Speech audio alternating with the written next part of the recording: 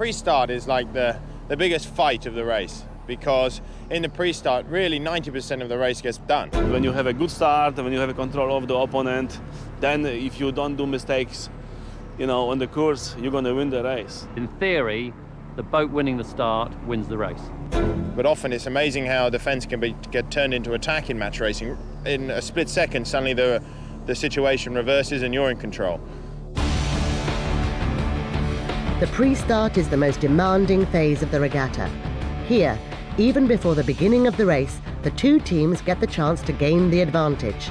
A kind of match within a match, a battle within a battle.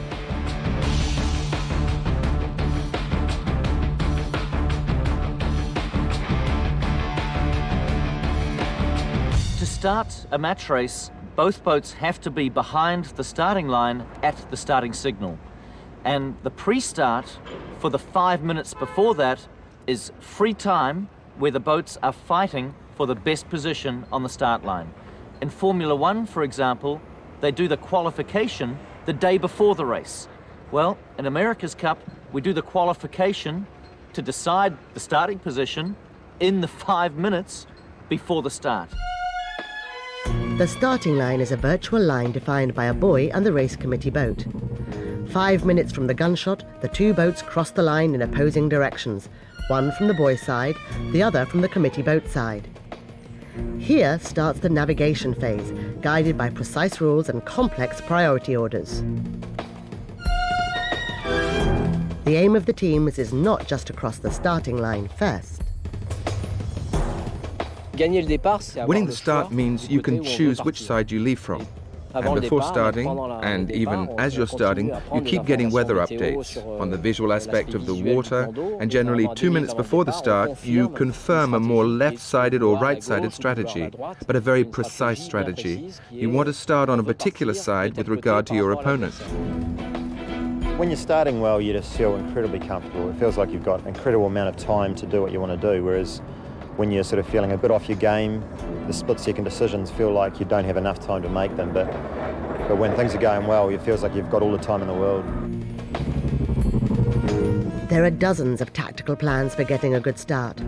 We're going to go through for you step by step one of the most classic phases in match racing. The whole game, which at this phase lasts 5 minutes, the pre-start, is to get into a blocking situation. The aim of each boat is to block its opponent using the rules. When the two boats go into the line, they're in fact on a collision course. And as they approach each other, there is a boat which takes priority. That is the starboard tack boat, which is on the right. And the boat without priority has to get out of the way, which is the boat coming in on the left, the blue boat. At this point, the blue boat has to give way to the starboard tack boat and find itself facing the wind. When the two boats are facing the wind, the priority changes over. It's the boat on the left which takes priority because he's leeward, and the boat on the right has to give way. So now, the aim of the boat which has taken priority is to reduce the space between the two boats as much as possible, so that the other boat has to move over to turn. And now the boat which was in trouble can also turn and move over and get out of being blocked.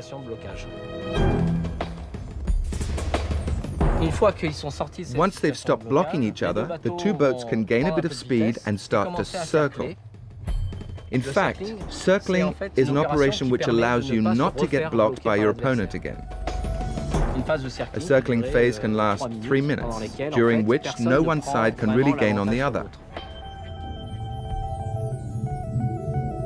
The greatest difficulty comes in getting out of the circling, timing it right to be able to come back first and force your opponent to be behind in the return phase towards the start.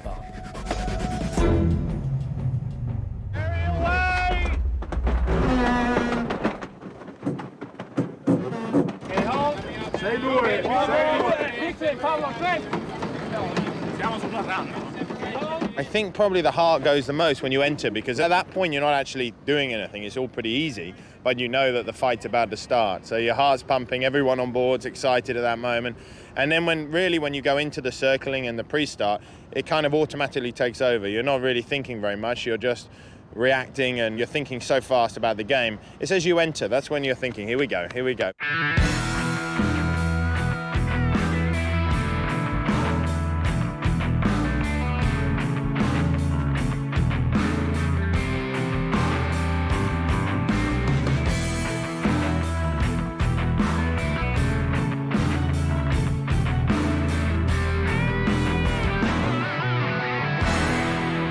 The start's the point where there's most crashes, and certainly most close to crashes. You're always trying to put the other guy in the difficult situations. It's always a trade-off between how much you want to fight and how much risk you want to take to get what you want. And as they say, it's all about a bit of a poker face at times too.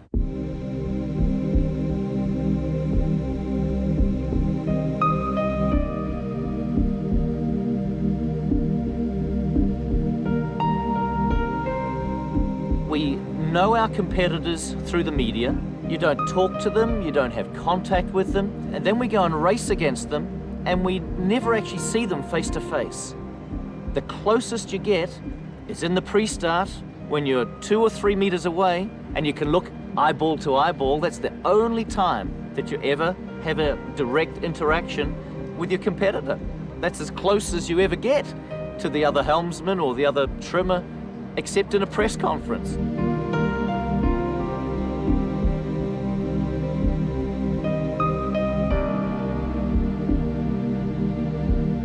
At every start, in fact, you're trying to trick your opponent. I move my hands on the wheel very quickly, but I don't actually move the wheel, I slide my hands. It's true, there are situations when, in fact, you're pretending to do something. I have small tricks, but I can tell you now. There are boats which have looked for ways to reverse the helm in order to trick their opponents. But in the end, you mustn't mix things up too much. That gets too difficult.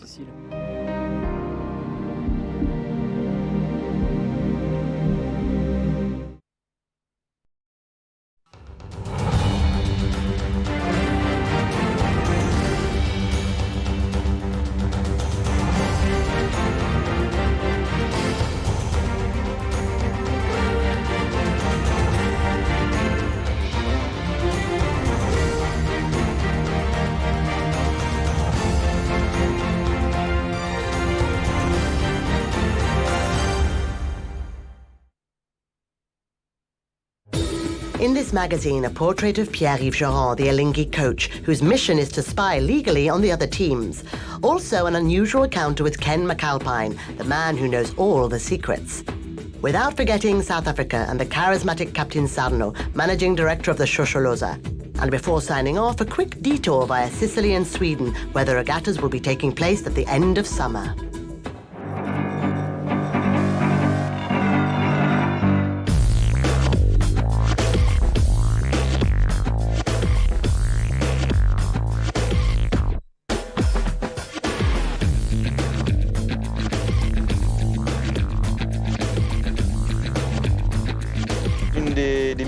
One of the day's missions is to bring back 1 or 2 photos of the Oracle so we can measure the volume and width of the sails from the photographs. My name is Pierre-Yves Joron from Geneva in Switzerland. I'm 41 years old. My job consists of taking notes from the outside, watching how the team maneuver, their tactics too, seeing the difference between the Alinghi sails and their opponents.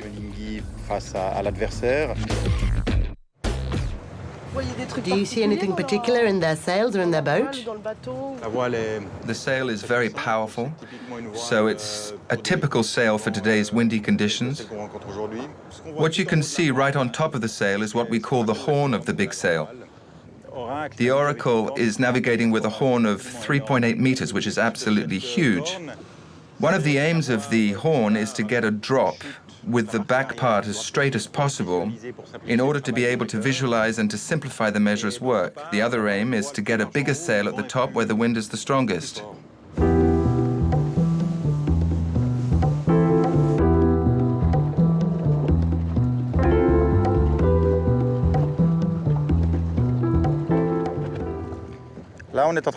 So here we're filming a sequence, the training regatta against Team New Zealand. 5, 4, 3, 2, 1, bang. We can film the boats maneuvering. We're also allowed to measure by photo, by filming several sequences at a minimum distance of 200 meters. However, what we can't do is to get too close, to do too much persistent observation. Like having a motorboat going out every morning at the same time as an opposing team or boat and sticking next to them all day long. We're not allowed to do that. So what are the good things you've noticed in Team New Zealand today, for example? Their way of jibing. This maneuver allows you to change side with the wind behind. They've got a slightly gentler way of doing it to us. I mean, their boat turns less sharply than the Alinghi. From the outside, it looks very efficient, very effective.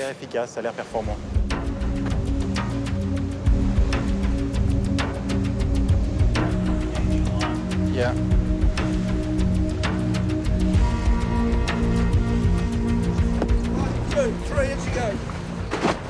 It's been a good day. The problem with the training regattas is that people do hide their game a bit. At the end of the day, they don't get out their latest sails, they don't show their latest stuff. It's more of a warm-up regatta. So you've got to be careful not to jump to conclusions. Taking photos is the first step. Now they need to be analysed. Là, j'ai un petit bijou, là, Patrick. Ouais, t'as réussi à les prendre? We knew that the Oracle had developed a big sail with a wide horn at the tip, the upper part of the sail we call the horn, but we'd never had the chance to look at it or, in any event, take a photo. And here we have the first pictures which will allow us to check the length, the size of the horn, and especially to be able to track the sail's level of performance.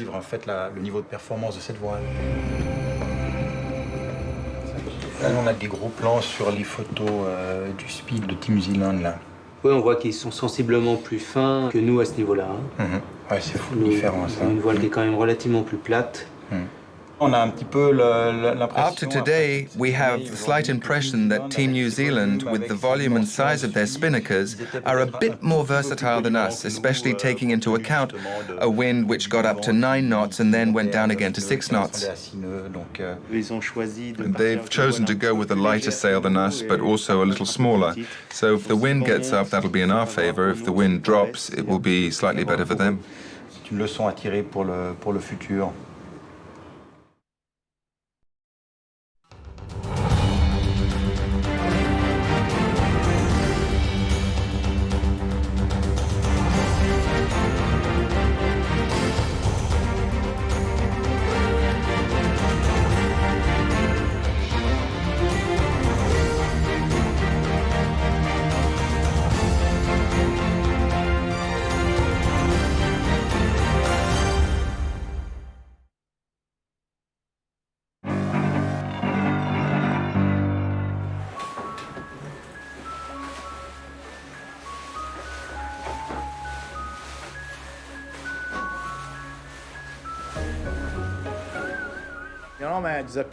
My name is Giuseppe Leonardi. I'm mid-bow.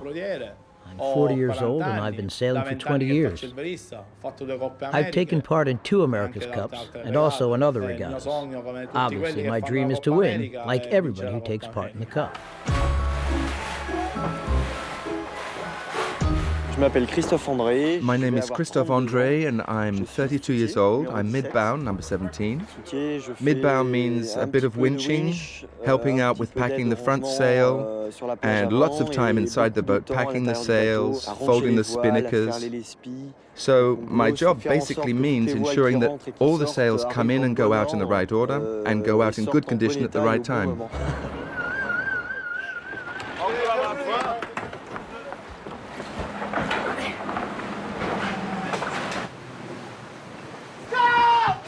It's here, below deck, that the different sails the team needs during the race are stored. Inside it's hot, the humidity soaks you and you sweat continuously. A stimulating cocktail for the mid-bow men who often see nothing or nearly nothing of the race. On the mid-bow is our job because it never stops.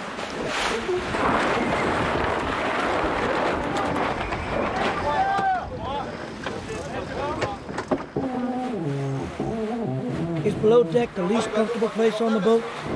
Yes, because it's hot, because you don't get to see much of the regatta, which is part of the motivation pushing you to get out.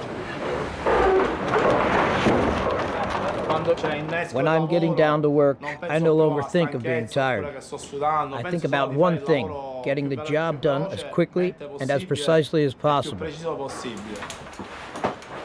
We're a team here. There are 17 of us, and just one mistake would be enough to compromise the whole regatta.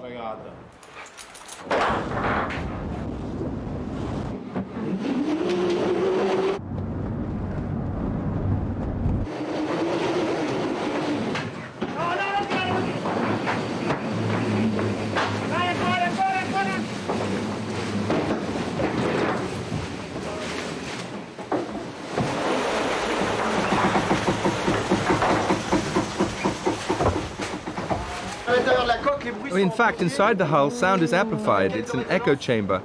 The lines make the most noise. They make an incredible screeching because there's so much tension on the winches.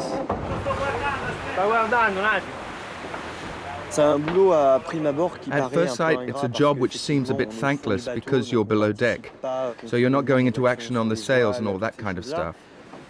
It's still the position you have to go through at the beginning, before you can hope one day to spend more time on the bridge.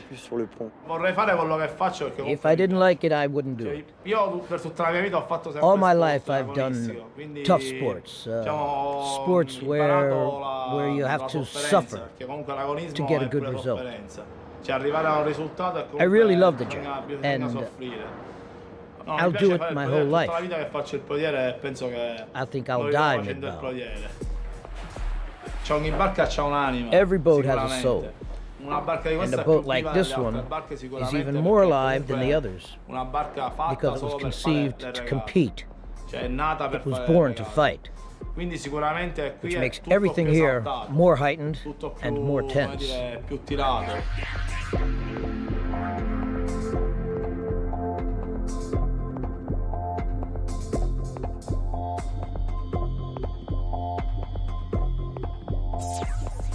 I can really feel the heart of the boat beating. And I try to be in tune with the rhythm of the boat, so my heart beats with it.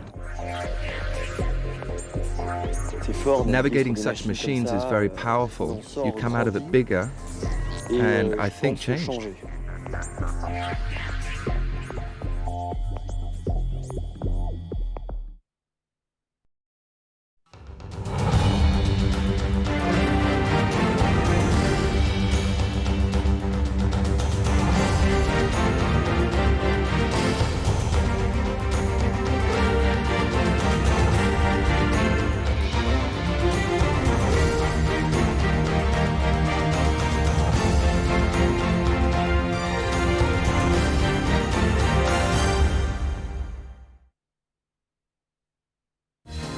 To the untrained eye, all the America's Cup yachts racing here in Valencia look the same, but each boat has subtle design differences as designers try to gain a speed advantage over their rivals.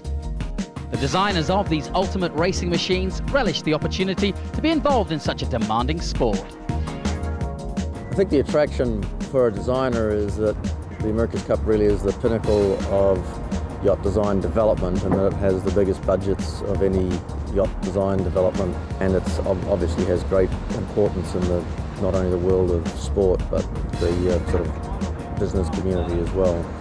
But the responsibility of the design doesn't solely lie to just the designer. It's an overall team effort. With the sailing team, they're essentially the guys who have to use the tool, you have to use the boat that the design team comes up with, so we absolutely need all their input. And really, you can look at race results and timing sheets as much as you like, but the real answer about how the boat's going is to speak to the sailing team, and to do that you have to be here. Since the last Cup, there have been changes in the rules which allow for alterations in yacht design. Plus, a new venue will also have to be given careful consideration. The developments will be, of course, in some areas where we didn't explore it last time. That means more extreme hull shapes, which is one area, more extreme cross sections. And then, of course, further developments in rig and sails. I think that's where everybody will put an enormous effort in. The America's Cup in 2007 may seem like a long time away, but to the designers, it's only just around the corner. 2007 is only 2.5 years away, but actually that's very close, and we're already starting to panic. There is a lot to do, and in fact, if you said the contest was 6 or 7 years away, we could still be busy from now until then.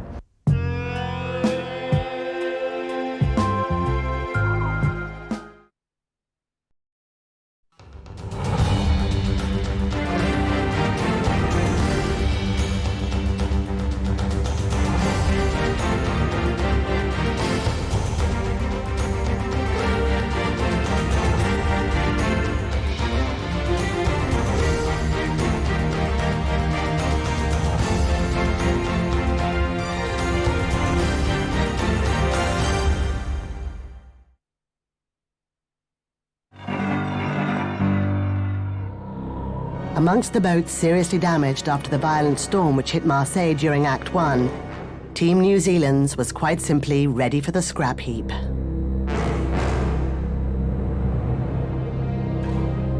Just like his men, Grant Dalton was fairly convinced that they wouldn't be able to participate in Acts 2 and 3 in Valencia, and they had to wait until the last minute to get their smiles back. A guy in New Zealand rang us and said that he had an aircraft which might work, which was in Australia. And so anyway, through a process of measurement and CAD drawings and computer simulating, we found that it would fit. But it would fit we had to put it on an angle to stick it in. We couldn't put it flat, it was too wide. But if we got it in too much angle, it was going to be too high. So when it got in, it had 40 millimeters either side, 15 millimeters on the top, but it was too long. So we were originally going to cut the stern off the boat with a saw. When we got it in the plane, we found there was a set of stairs that went into the cockpit for the pilot and the co-pilot. So we took them away and put them down and got the boat in, and they had to get up. We got a ladder, and they got up through the escape hatch for 4 days getting the boat here. It fitted. I mean, it was a perfect fit, like a snake eating a albatross.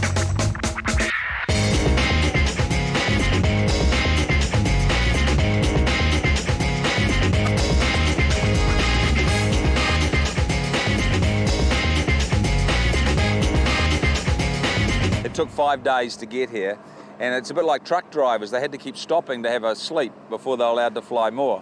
And it went Auckland, Darwin in Australia, Singapore, Colombo, Dubai, Cairo, Valencia.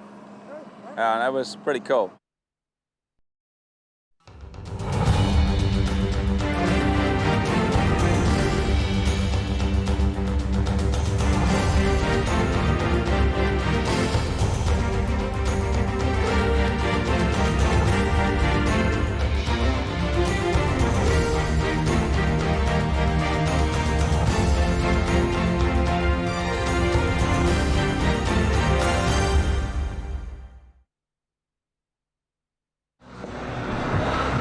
The America's Cup is not just a showcase for the talents of the world's finest sailors. There are some images that quite simply take your breath away, and if the subject is nautical, it's quite likely this man is the culprit. My name is Carlo Bolenghi. I started when I was very young to do this job. Carlo Bolenghi has covered most of sailing's important events. Now I'm involved for the next America's Cup with the organization, with the CM. He's renowned for an innovative approach to capturing the perfect image. If you play with the pole, we can create a big sea and spray action. Top photographers don't just wait for a great shot, they help create it.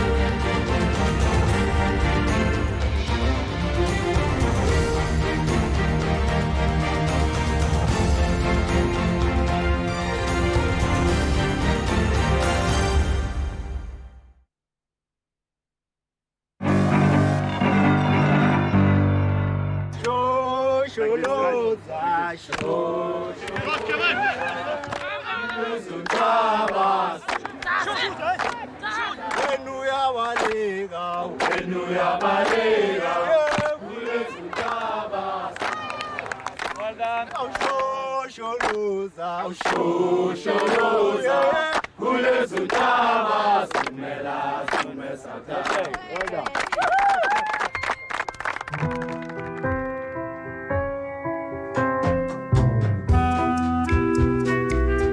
I am Salvatore Sarno.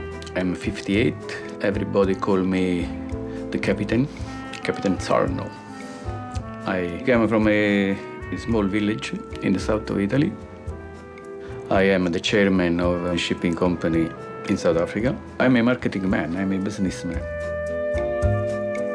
I am not a yachtsman, I am just a seaman. I love everything that has something to do with the sea. And I am the managing director of the South African America Cup Challenge, Team Shosholotza. Why? Because I'm a dreamer.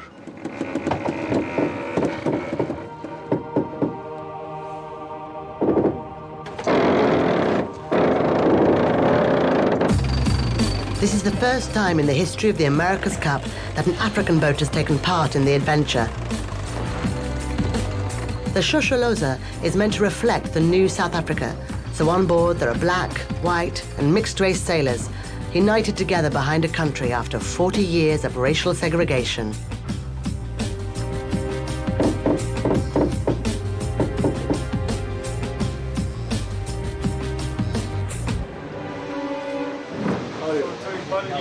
Overwhelmed by his work as a businessman, Captain Sarno hasn't set foot on the team's base for more than 2 months. His aim today is to reboost team morale. Good morning to everybody. We have all the problem of this world. We have a limited budget. We are less expert than other people, but we have a team spirit that nobody has. We have to keep that. You agree, Golden? You remember our old days. You remember when we lost the spinnaker in the water and we stopped the boat? Hmm? You were the foredeck, if I'm not wrong. Salomon, you remember when you got the boom on your head? So you are not a professional, but all together, with our feelings, we have something much bigger, much stronger than the other they have. We have not to change. You know, the moment that we will change, the moment that we will think about the big money, about the 20 tender like Oregon, I mean, it was ridiculous, okay? The moment that we will think like that, we are finished. What do you think, that I don't remember last year that you were walking with your broken gym shoes? What do you think? That I am blind? I'm not blind, but I was proud of you. I say I'm proud of you now. Okay? We will do great things. Believe me. I am sure. With you, with you, with you, with all of you. But please keep the confidence that you have in me. And never betray me. Never. Remember, you have a blood pact with me. Huh? And I want that you keep. Okay? Otherwise, the Italian mafia.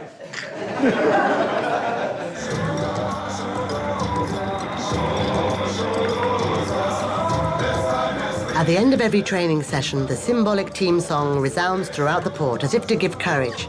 In fact, it's from the song that the Shosholoza gets its name. Shosholoza is a song of hope, because it was the song that the people from the country, the paysan, okay? They were leaving the country, going in Johannesburg by train to work in the mine. And that song was a song to the hope to have a better life and working together as one.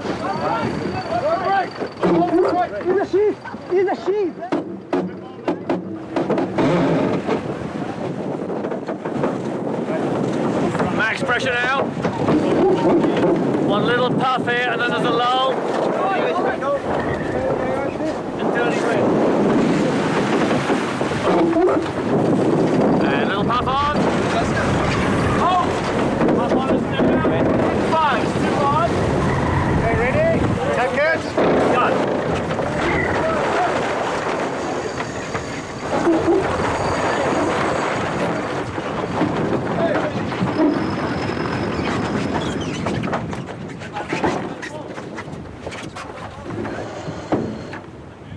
Robben Island is the place where a man, our President Nelson Mandela, spent most of his life in his jail, dreaming for a new country, a better country. Shosholoza is something that always I have dreamed to offer to him. I mean, Shosholoza is a boat with a South African crew, the crew that I am sure he would have imagined. So what he was dreaming or imagining is on board today on this boat.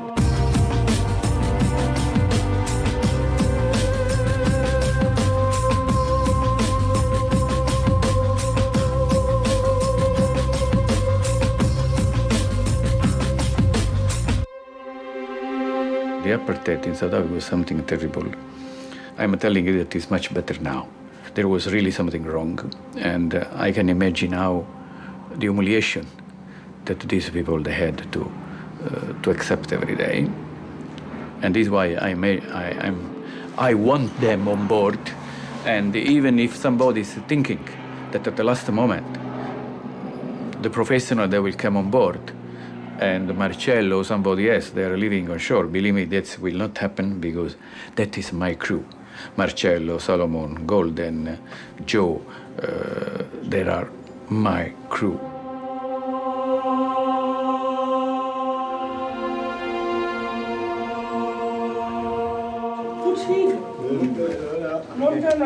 It's 10 o'clock in the morning and Captain Sano is pacing the corridors of the South African Parliament.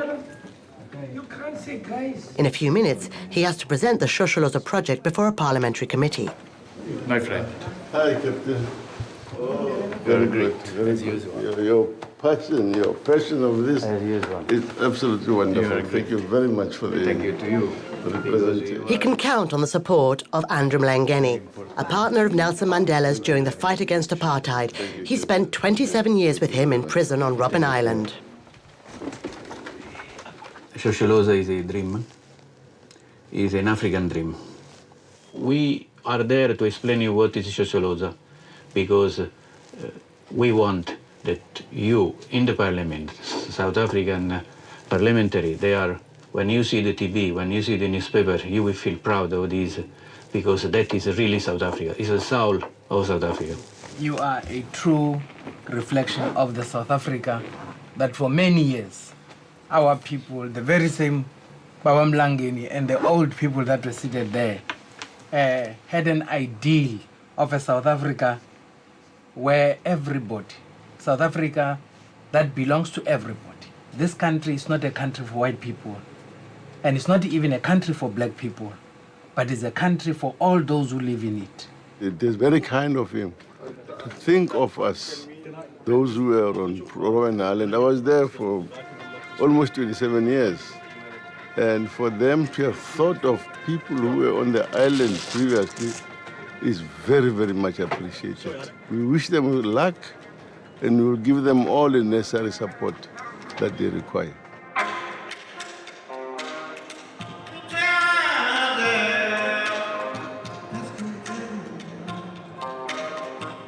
Captain Sano never misses an opportunity to talk about the Shosholoza.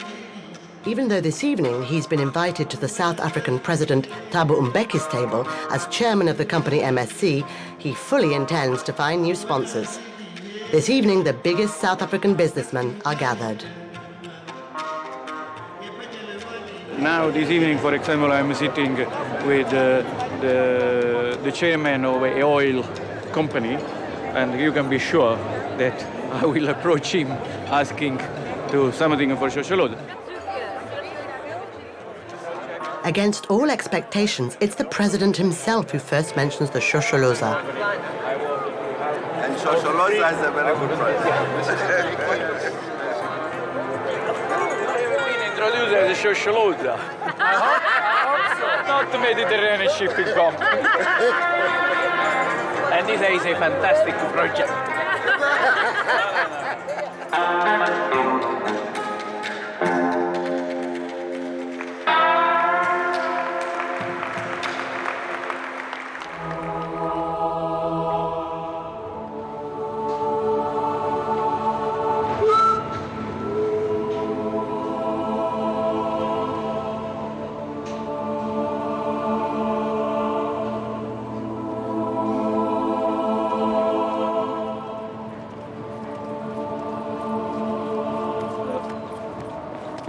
Sorry.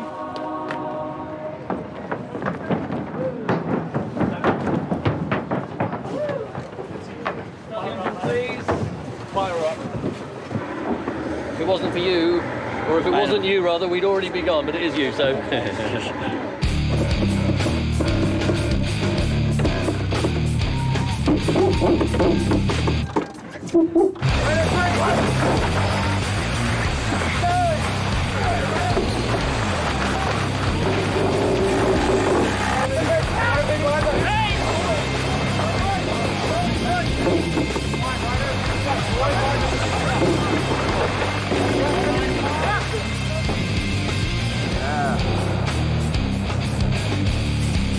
I'm sure that they will give me 100%, 200%.